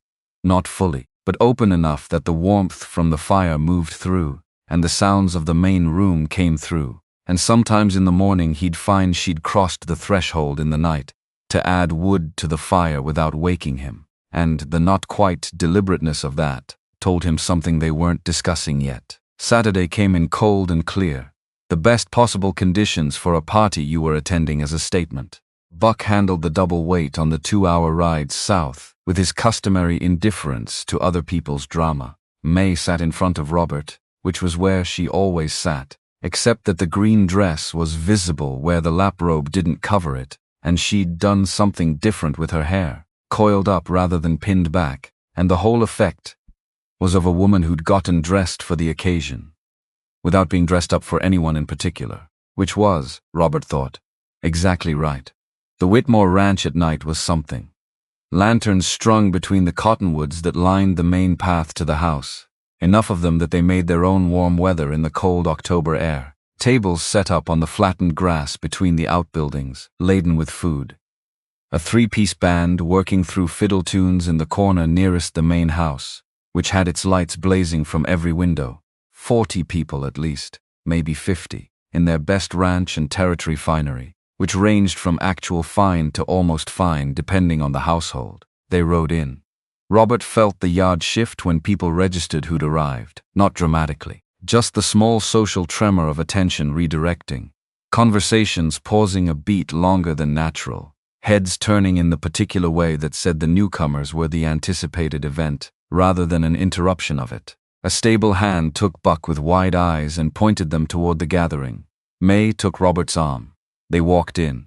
Douglas Whitmore was near the house entrance with Constance on his arm. Constance Whitmore née Alderton was 23, pretty in a China doll way that suggested she'd been protected from weather all her life, and currently wearing an expression of social discomfort, so thorough that Robert almost felt sorry for her. Almost. She hadn't made any choices here. She'd just been arranged. Whitmore saw them when they were 12 feet out. His face did something complicated and then stopped doing anything at all, which was the facial equivalent of a man standing very still, because he wasn't sure what happened if he moved. Mae walked straight to him. "Would you treat them with kindness?" The people in their immediate radius had already started paying attention in the way of people who could smell something about to happen. Robert kept his pace even, kept his expression neutral, watched Mr. Whitmore. She extended her hand. "Thank you for the invitation, lovely party." Whitmore shook her hand because not doing so would have been worse, Mrs. Hale. "I didn't know if you'd come." "Of course," she smiled, and the smile was genuine, which was the most unsettling thing about it. "I wanted to congratulate you on your marriage." She looked at Constance with the complete warmth of someone who meant it. "Mrs. Whitmore, lovely to meet you. I hope you're finding Wyoming agreeable." Constance, to her credit, had reasonably good manners. "It's very different from Virginia." "It is," Mae agreed, "but it grows on you." She turned back to Whitmore, and the smile stayed, but the quality of it changed, just slightly, just enough for someone paying close attention to notice the difference. "I wanted to thank you, actually." She said it conversationally, at a volume calibrated precisely for the people standing near enough to hear without being the obvious target. "For the crossroads." Whitmore's expression tightened. Mrs. Hale, this isn't the— I know it seems strange, but if you'd come that day, I would have married you. I would have come to this house." A gesture at the imposing white facade behind him, not dismissive, just inclusive. "I would have had comfort and position and all the things you described in your letters, and I don't doubt you'd have been civil about it." A pause, 1 beat long. But I would not have had a partner. I would not have had a man who handed me the account books and said, "This is yours too." Who built what I designed and asked what I thought before making decisions that affected us both. She looked at Whitmore directly. Your failure to keep your word was the best thing that happened to me this year. I wanted you to know that I know that. And I wanted to say thank you where it seemed like it would be meaningful to say it. Complete and total silence in the immediate vicinity. Which was, given that the band was playing 20 feet away, impressive. Agnes Briggs was standing 4 feet to Robert's left, and he hadn't noticed her until this moment. She started clapping, slow, deliberate, completely unambiguous about what she was clapping for. 2 people near her joined, then 3 more, not the whole yard, but enough that it was audible. Enough that it meant something about what this community thought of the woman standing in Douglas Whitmore's yard thanking him for his failures. Whitmore stood there, mouth opened. Constance was looking at the middle distance with the expression of someone who had married into a situation considerably more complicated than advertised. Mae smiled at them both once more, gracious and complete, and then turned to Robert and took his arm. They walked to the dancing area without looking back. She was shaking slightly. He could feel it through his sleeve, not from fear, from the sustained effort of what she'd just done, the adrenaline working through her now that it was over, the particular tremor of a person who'd just said what they'd been carrying for 6 months in front of 50 witnesses and was now waiting to see what that cost. He covered her hand with his. She exhaled once quietly. The band shifted into something slower. Robert was not a dancing man, had established this as a fact about himself years ago, but apparently the fact was negotiable, because he was moving Mae onto the rough grass they were using as a floor. And she was letting him, and neither of them was commenting on the revision to his self-assessment. They moved together. Not gracefully, but without the awkwardness of people who didn't know each other's rhythms, because they'd been learning each other's rhythms for months in a context that turned out to be applicable. He bent his head toward her ear, low enough to be private. That was magnificent. She kept her eyes forward over his shoulder. I meant every word, I know. A pause. That was what made it magnificent. She turned her face slightly toward his, close enough that he could see the slight flush on her cheek that wasn't entirely from the cold. Don't let him win by making us invisible. She'd said that, or something like it, the night she'd decided they were coming, and here it was again. Real now instead of hypothetical. He doesn't get to define what this is. He doesn't. Robert's hand tightened at her waist. What we are isn't his to name. The music slowed further. He pulled her closer than the polite distance he'd maintained at their own wedding reception, and she came, and her head tipped forward until her forehead rested briefly against his jaw, and something in the air between them changed its composition. "When we get home tonight," he said, and then didn't finish the sentence, because some things didn't need finishing. She leaned back just enough to look at him. And what was in her eyes wasn't surprise. Yes, just that. The whole answer in one word. They left an hour later, made the appropriate farewells. Robert shook 3 hands and didn't look at Whitmore again. And Mae said goodnight to Constance with a warmth that was completely genuine because none of this was Constance's fault, and Mae had no interest in collateral damage. The ride home was 2 hours in the dark and the cold. Neither of them talked much. The kind of quiet that had direction to it. The stars doing their usual work overhead. Buck moving steadily through the dark, familiar trail, ears forward, knowing the way home the way he always knew the way home. Robert thought about the last time the night felt like this, weighted with something coming, and he couldn't get there. Couldn't find a parallel, because there wasn't one. This wasn't like other things he'd done or felt. It was its own thing, with its own particular weight, and he decided to stop trying to find a category for it and just let it be what it was. The cabin appeared out of the dark. He helped Mae down, hands at her waist, the green wool of the dress under his palms, and neither of them moved apart from each other the way they normally would have. Just stood there in the cold yard for one breath. 2. Inside, he built the fire back up from the banked coals. Mae lit the lamp on the table. They moved around each other in the small space with the ease of people who'd learned how to share a room, making the automatic accommodations. Except that tonight, the automaticity of it had a different texture, charged, like the air before a storm except the opposite of threatening. She went to the lean-to. He stood by the fire, heard the sounds of her moving through there, heard the lean-to door and then the main room door, and turned. She was wearing the plain white cotton nightgown she slept in. Practical garment, nothing designed to be anything. The lamp behind her made it something else entirely. And he was looking at his wife, who had come out of her room and crossed the cabin floor toward him, with the same directness she brought to everything she'd done since she arrived. "I'm ready for all of it," she said. "The real marriage. Everything we've been building toward." He crossed the remaining distance, cupped her face in both hands, careful, the way you held something you'd almost not had. "You're certain, Robert?" Patient, faintly exasperated. "I have been certain since the rifle lesson." He laughed. Actual laugh, surprised out of him, and she was smiling too, and he kissed her. And this time there was nothing brief or chaste about it, nothing that was a promise of something later. This was later. This was what happened when two people who'd been choosing each other in every available small way finally got to do it in the large way. She said into the space between them, when they stopped long enough for words, "I love you." 3 words. Plain as fence posts. Stronger than either of them standing alone, "I know," he said. "I've known for a while." He pressed his forehead to hers. "I love you too. Have for longer than I was ready to admit, which is a failing I intend to make up for starting now." She pulled him down by the front of his shirt. "Stop talking," she said. "Show me instead." The morning after was a particular kind of morning. Light through the imperfect glass wavered and gold, the same light it was every morning. Cold air where it got in around the edges, same as always. The fire down to coals, same as every morning he'd woken up in this cabin for 8 years.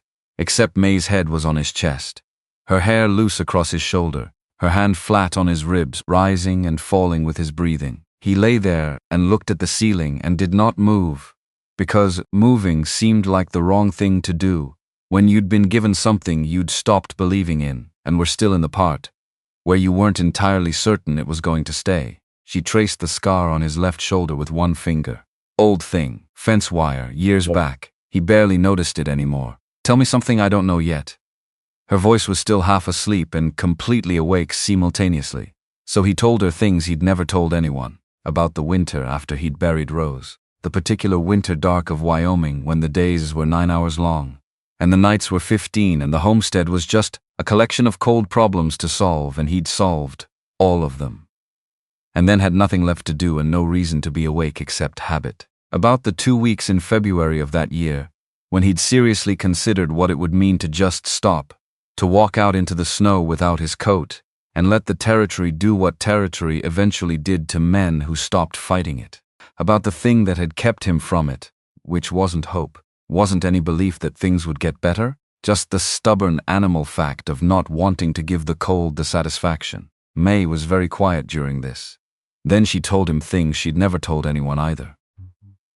About sitting in the Marlborough Street house the night after the last creditor left, in a parlor that had been stripped to the walls, because the furniture was now someone else's asset, just sitting there on the floor, because there was no chair, looking at the marks on the wood where things had been.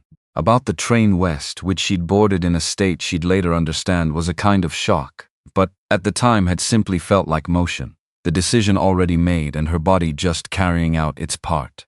About crossroads, the specific quality of understanding that had come, in the 4th hour of sitting there, that she might actually die here, and nobody in Boston would know for weeks. He held her tighter when she got to that part.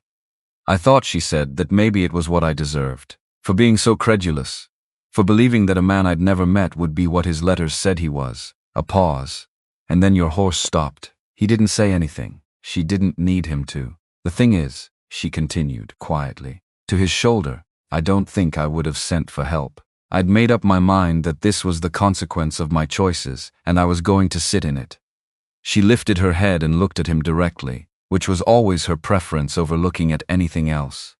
"You didn't save me from the storm, Robert. You saved me from myself." He turned that over. "You would have figured it out, eventually, maybe." She put her head back down. "But you got there first." They lay there while the morning moved around outside, the sounds of the homestead doing what homesteads did, regardless of what was happening in the cabin. The cow with her opinions, the hens commencing their commentary on the day, the wind picking up in the cottonwoods to the east. Eventually they had to get up. Eventually always won. November came in behind October the way November did, Not suddenly, but with the particular inevitability of a door closing 1 degree at a time until it was shut. The coop expansion was producing. Mae had delivered the first 3 dozen eggs to Mrs. Briggs in Iron Bluff, and come home with a contract for regular supply, and an expression that Robert was learning to identify as contained satisfaction, which was how she showed happiness. When she didn't want to make a production of it, she was doing that more often. December brought the first hard snow, 4 inches overnight, enough to change the character of the work, and they shifted routines accordingly. Mae had been watching how Robert managed winter preparations for months, asking her questions, storing the answers somewhere orderly, and when the snow came, she was ahead of it in the ways that mattered. Water troughs checked before they could freeze. Feed stores counted and calculated against estimated herd needs through March. Small adjustments made with the efficiency of someone who had absorbed the logic of the place deeply enough to anticipate it. Christmas they made gifts from what they had.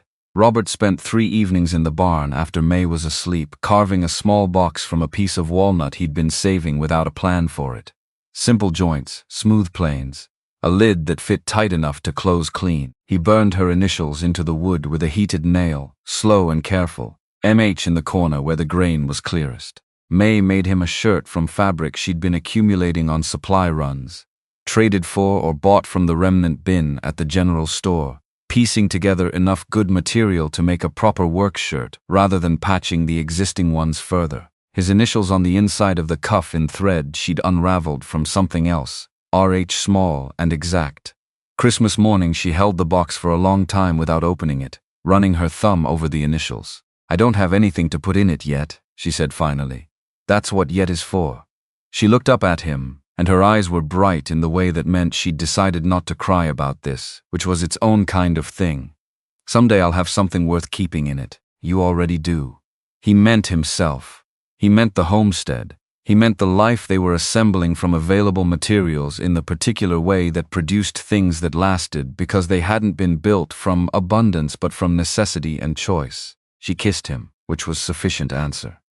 January came for them in the way January eventually came for everyone. Robert was checking the back fence line, the section along the creek that always needed attention after the first real freeze, because the ground shifted and worked posts loose. Buck was careful on the crusted snow, picking his way with the experience of a horse who'd done this many winters. Robert was thinking about the fence rather than the ground, which was the kind of inattention that the Wyoming winter punished without warning. The ice was under 6 inches of fresh snow, and registered not at all until Buck's right front hoof came down on it. The horse went sideways, tried to recover. One of Buck's genuinely good qualities, that instinct to find his feet before anything else. He almost managed it. But the ground under the ice was angled and the angle worked against them both. And Robert went out of the saddle on the left side, with particular clarity of a man who knows in the first half-second of falling exactly how bad this is going to be. He hit frozen ground with his left leg underneath him. The sound the leg made was not something he was going to think about in any detail if he could avoid it. The pain arrived about 2 seconds after the sound, which was how it worked with bad injuries, the nervous system needing a moment to understand what had happened before it began its report. Then it arrived completely, white and total and consuming. And Robert lay in the snow and breathed until breathing was something he was doing on purpose rather than just something happening to him. Buck had gotten his feet under him, standing 10 feet away, looking back with the expression of a horse who felt bad about this but had his own problems. Robert lay in the snow and conducted an assessment. Left leg, below the knee, broken, not just cracked, the wrongness of the angle visible even through the boot. He was a mile from the cabin, alone, in January, in Wyoming, which had its own opinion about men who lay in the snow and let their body temperature make decisions for them. He got up. Not smoothly. Not without the kind of language he didn't normally use in polite company. But there wasn't polite company. There was just him and Buck and the creek and the sky, going gray at the edges in the particular way that meant the temperature was dropping. He got his right foot under him. He got his hands on Buck's stirrup. He got himself onto the horse through a process that had nothing to recommend it aesthetically, and everything to recommend it practically. The ride back to the cabin took 3 times as long as it should have. He grayed out once. Came back to find his hands still on the reins and Buck still moving. which said something about the horse that Robert filed away to think about later when thinking was less expensive. He focused on breathing, on keeping his legs still, which was impossible given that horses moved, but the closer to still he could get it, the less the whiteness closed in. Mae was in the back garden when she heard Buck's hooves on the trail. Later, she told him she knew from the sound, not that the horse was coming, but that the horse was coming wrong. Too slow, too steady, the careful steadiness of an animal managing something. She was moving before she'd finished the thought. She saw him slumped over Buck's neck and made exactly one sound, his name, sharp and short. And then she was running, getting him off the horse, into the cabin. She didn't ask about the leg. She looked at it once, looked at his face, and turned for her coat. I'm going for Dr. Pruitt. The weather, I didn't survive being abandoned in a storm and move to Wyoming and build a life here to lose it to a broken bone. Flat and entirely serious. I'll be back with the doctor. Stay off it. She was on the spare horse and gone before he'd finished thinking of a counter-argument. 15 miles, in January, alone. He lay on the bedroll she'd put together before she left, which she'd done in under 3 minutes, and he stared at the ceiling and counted the knots in the wood, and thought about her riding through that cold, and told himself she was capable. And she knew the trail, and she'd be fine, and believed all of it, and was terrified anyway, which was apparently what it meant to love someone, holding two truths at once, and living in the space between them. She came back with Dr. Pruitt in 4 hours. The doctor's examination was efficient and direct. Clean break, tibia. He looked at Robert with the expression of a man delivering news he needed the recipient to actually hear. 6 weeks. No weight on it, none. You try to manage on it before it knits, and you'll be managing on a crooked leg for the rest of your life. Robert stared at the ceiling. 6 weeks. He said it like a man accounting for what it meant. That's the whole rest of winter. Mae looked at Dr. Pruitt. What does he need? Completely steady. The voice of someone who had already processed the situation and moved to the phase where you figured out what was required. Pruitt explained. Splint and binding, elevation, rest, no weight, no exceptions. After he left, riding back to Iron Bluff in the early dark, Mae stood in the cabin doorway looking out at the homestead. Robert watched her from the bedroll, watched her look at the barn and the coop and the water troughs and the cattle enclosure and take silent inventory of everything that was going to need doing every day for the next 6 weeks. Mae. Don't. Quiet, not angry. Just closed. Don't tell me I can't. Don't suggest someone else. There isn't someone else, and I can and I will. So let's talk about what you can do from in here and we'll divide the list from there. He looked at his wife. She was 26 years old, and she was standing in a Wyoming cabin doorway in January dividing up an impossible situation, like it was a ledger that needed columns. And her back was straight and her voice was even, and the only sign that she was afraid was that she didn't look at him when she said it. Kept her eyes on the yard. The ledger, he said. The hen records, the supply accounts, anything that needs tracking. You bring me the numbers and I'll do the paperwork from here. She turned then. Yes, a breath. That helps. The next 6 weeks were the things she would tell him. Later she was most proud of and most afraid of simultaneously, which was also, he would tell her, exactly what it felt like to watch her do it. She was up before light every morning. He'd hear her through the darkness of the cabin, the specific sounds of her getting dressed, boots, the heavy coat, the barn door 20 minutes later. She fed cattle in temperatures that frosted the inside of the barn walls. She broke ice on the water troughs with the axe he'd watched her learn to use in the fall, learning the weight of it, learning how to let the tool do the work, and now doing it for an hour some mornings when the freeze went deep enough. She learned to manage the cattle in the enclosure with the steadiness of someone who'd understood early that their uncertainty would transfer to the animals if she let it show. Move slow, speak low, let them know you were there. She told him this at supper one evening with the matter-of-fact quality of someone reporting operational findings rather than cataloging personal growth.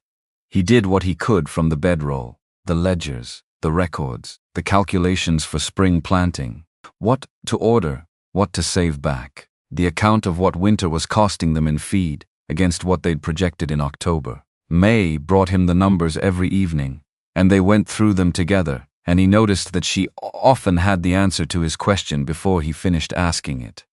She chopped wood every afternoon. He knew because he could hear it from the bedroll, the rhythmic impact of the axe working through the afternoon air. and he'd count the strokes sometimes, which was not a productive use of his time, but was what his mind had to do when his body was prohibited from helping. She came in with wood every evening, arms full, face red from cold and exertion, and stacked it by the fire with the precision of someone who had learned that how you stacked it mattered for how it burned. And this detail, this small acquired knowledge, hit him somewhere specific every time. She never complained, not once. Not about the cold, not about the cattle, not about the ice, not about the soreness that showed in how she moved by the end of the days, careful on the stairs, shoulders held slightly differently after weeks of axe work. She didn't complain, which was not the same as not being affected. The night in late February that she came in and just stood there, he was awake, always awake when she came in from the evening chores, reading by the lamp with his leg elevated and his list of things he could do from horizontal fully exhausted. She opened the door and stood in the frame with the cold air coming in around her, and the expression of someone who had been carrying a specific weight for a specific amount of time, and had just used the last of whatever was keeping it up.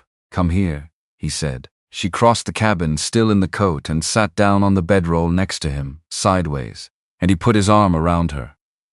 And she leaned into it with the full weight of someone who'd been straight-backed for 6 weeks and needed one place where they didn't have to be. He held her for a while. Then she said into his shoulder, "In Boston, being strong meant sitting in stripped rooms without crying while strangers catalogued your furniture. It meant smiling at the people who knew what we'd lost and watching their eyes." A pause. Quieter. "This is different. This is choosing to be hard every single morning. Getting out of bed into the cold and doing the thing because it has to be done. I didn't know I was capable of this. I knew." He said it simply. "I knew when you stood at that crossroads and didn't fall apart. I knew when you handed me the chicken diagram. I knew 6 ways before you knew once." She tilted her head back to look at him. "Stubborn man. Exasperated, fond. You could have mentioned it. You didn't need me to. You needed to find out yourself." She held his gaze, those gray eyes that saw everything and were starting to let him see back. "I love you," she said. "I don't say it enough. You say it with everything you do." He pressed his mouth to her temple. "But I'll take the words too." She stayed there until the fire needed tending, and then she got up and tended it, because she was who she was, and went to bed, and he lay there in the dark, thinking about the particular way loving someone changed what you were afraid of in the world, how it expanded the category of loss, until it included everything they were and everything they might be. March arrived like a man who'd reconsidered. Dr. Pruitt declared the leg healed on the 8th, running his hands along the bone with the concentration of someone listening for what they couldn't see. Weight-bearing. Slow. Any sharp pain, you stop immediately. He looked at Robert over his glasses with the expression he reserved for patients he expected to ignore good advice. "I mean it, Robert. Let it find its strength before you ask things of it." The first day outside was cold, but not January cold, the temperature having made the Wyoming concession to the approaching season. Robert walked the yard with a deliberateness he hadn't needed to apply to walking since he was learning it the first time. Testing, finding where the leg was trustworthy and where it wanted caution. Mae shadowed him without appearing to shadow him, doing nearby tasks at a pace calibrated precisely to his, available without hovering. When he walked to the cattle enclosure and back without the leg reporting anything alarming, she looked up from the fence repair she'd been ostentatiously focused on and met his eyes. "Well?" she said. "It holds." She exhaled something she'd been holding for 6 weeks. They stood in the March yard together and looked at what had survived winter. Everything. Not without cost, not without damage to mend, but everything that mattered was standing. The cattle. The coop, which had produced eggs reliably through the whole of the cold season under Mae's management and had the production records to prove it. The cabin. The fences Mae had repaired herself when the freeze worked posts loose. The ice she'd broken every morning. The wood she'd stacked in organized rows that would have satisfied someone more methodical than him. He put his arm around her shoulders. She leaned into it in the way she had now, completely, without the slight holding back that had been there in the beginning when she was still calculating how much she was allowed to take. "We should expand," she said. "More hens in the spring. Mrs. Briggs asked if we could supply Clearwater, as well as Iron Bluff. If we add a second layer of coop structure to what's already there." "Mae," she stopped. "The homestead survived winter." He turned her to face him, both hands on her shoulders. You did that. I was lying on my back in there, and you kept everything alive. I need you to know I know that, and I need to say it out loud before we start talking about spring plans. She looked at him. Her chin came up slightly. I didn't do it alone. You did most of it. You ran the numbers. You kept me honest about the feed stores. You stayed awake worrying about me coming home in the dark. She raised an eyebrow. Don't think I didn't know. He conceded that. Still, he said. She held his gaze for a moment. I know, she said quietly. I know what it cost, and I know what it meant, and I know you know. She put her hand on his chest, flat, over his heart. We don't have to make a ceremony of it. He covered her hand with his. April brought Reverend Stoker's letter about the school. The community had been discussing it for years. The idea of a proper school in Iron Bluff, rather than the informal arrangements that currently passed for education. Parents teaching what they knew, the occasional circuit teacher staying 2 weeks in the fall before moving on. The town had grown enough that something permanent was needed. The letter asked Robert and Mae to attend a town meeting the following Saturday. It didn't say why, specifically. Agnes Briggs had probably said why to everyone she'd spoken to in the past 2 weeks, which meant Iron Bluff already knew, and the meeting was just the formal version. The church was full on Saturday. Every rancher in the surrounding territory, every family in town, every interested party within riding distance, which in Wyoming covered a remarkable geographic area. Robert and Mae sat near the middle. He could feel the attention in the room. Before anyone said anything, the particular awareness of people who knew what was coming and were watching to see how the participants handled it. Reverend Stoker called the meeting to order, outlined the proposal. The town had funding for a school teacher, committed for 2 years, with the expectation of making the position permanent if the arrangement worked. The question before the community was who. Agnes Briggs stood up before anyone else could. She didn't clear her throat, didn't ask permission, just stood up and faced the room with the authority of a woman who had been managing difficult situations in a frontier town for 20 years and wasn't going to start being tentative now. I'm nominating Mae Hale. The room processed that. Someone from the back, a rancher Robert recognized from the eastern grazing lands. She's not trained. No certificate. Briggs turned toward the voice with the measured patience of a woman choosing not to be impatient at this specific moment, because this specific moment required something more effective than impatience. The woman standing in the second row from the front was educated in Boston by private tutors, and then at one of the best female academies in Massachusetts. She came to Wyoming with intentions that were not honored and built a life here anyway. She ran a homestead through the worst winter in 5 years, alone, while her husband was injured. She manages accounts that would have required 2 men to handle previously. She's educated, capable, direct, and she does not require anyone to protect her feelings at the expense of the truth. A pause. We'd be fools to ask her to just keep making better use of our chickens when she could be doing something this community needs and cannot easily find elsewhere. Dr. Pruitt stood, second. Reverend Stoker looked at Mae. Mrs. Hale. Would you accept the position if the vote went your way? Mae stood. She stood the way she'd walked into Whitmore's yard, the way she'd come into Robert's cabin that first morning with breakfast ready and no apology for it. Straight. Present. Completely there. I would. Her voice carried without effort the natural projection of someone who wasn't performing but wasn't shrinking either. I'll be honest about what I am and what I'm not. I'm not a certificated teacher. What I am is a woman who understands the value of being educated in a place that doesn't hand you things, and who will teach with everything I have because this community gave me a chance to become something when it would have been simpler to decide, set. I was the sum of my worst moment. A pause. I won't waste that. Stoker called the vote. Hands up in favor. Not every hand. Wyoming was too complicated for every hand, but enough, clearly enough, counted 3 times by 3 different people to be certain, enough that it wasn't close. Mae sat back down. Robert's hand found hers under the edge of the bench, and she held it tightly, for exactly as long as she needed to, and then let go and was fine. Agnes Briggs caught them on the way out. She didn't embrace Mae this time, just looked at her with the measuring gaze of a woman who assessed things for a living. You'll be good at this. I intend to be. That's not the same thing, but it's how it starts. Briggs nodded, once, and walked away.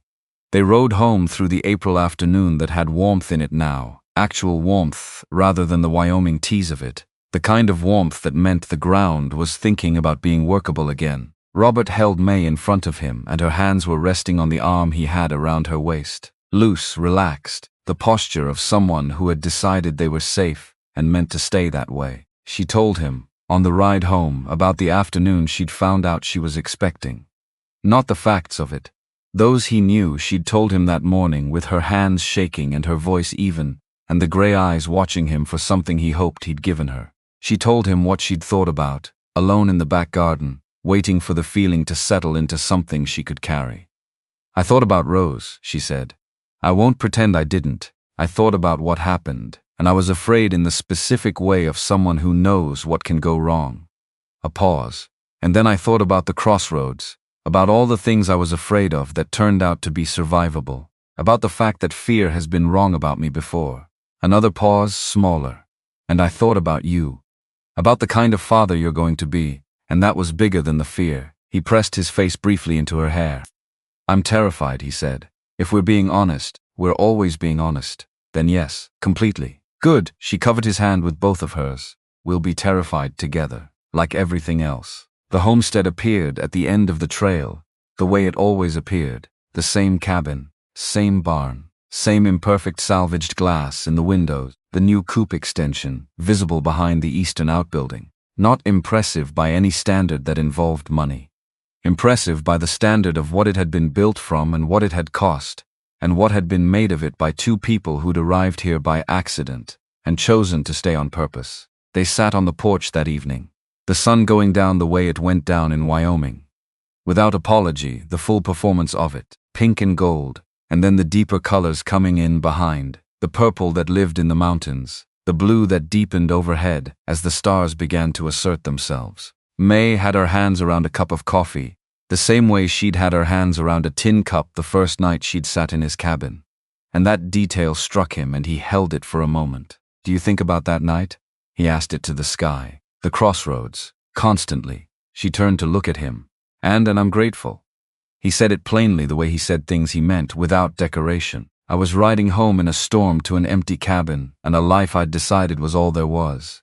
And you were sitting in that storm waiting for someone who wasn't coming." A pause, and the horse stopped. "You stopped the horse." Buck had opinions. She smiled. The horse helped. He looked at her in the fading light, his wife, sitting on the porch of the homestead he'd built alone, and was no longer building alone, carrying the beginning of a family that hadn't been part of any plan he'd made, in a life that looked nothing like what he'd expected, and everything like what he would have chosen if he'd known to choose it. "The strongest thing I ever built," he said, "is not a fence or a wall or a roof that holds. It's whatever this is. Whatever we made out of a storm and bad luck and two people who decided to be honest with each other, instead of pretending they were fine." She set down the cup and leaned against his shoulder. The stars were coming in full now, the whole sweep of the Wyoming sky doing what it did, relentless and enormous and complete, the same sky that had been over that crossroads on the worst night of her life, and had watched him ride toward her, without knowing he was going to stop. "We built something real," she said quietly, "out of nothing but the decision to try." He put his arm around her, and they sat in the dark that wasn't dark, not with that sky overhead, and the homestead breathed around them. Way of places that have been worked and loved and made into something by the daily choice of the people who live there, and the future was whatever they were going to make of it, and they were going to make it the same way they'd made everything else, one morning at a time, one honest conversation, one decision to stay.